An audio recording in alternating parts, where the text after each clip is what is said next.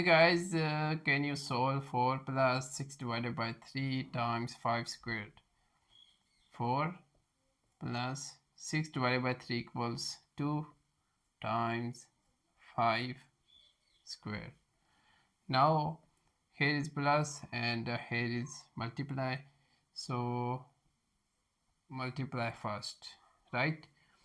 We use PEMDAS rule, parentheses first, exponents, then multiplication and division from left to right, then addition and subtraction from left to right.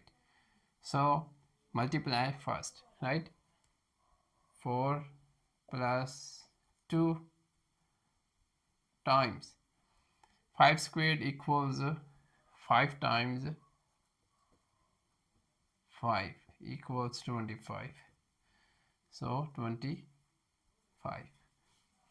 Now multiply 4 plus 2 times 25 equals 50, right? Now plus 4 plus 50 equals 54.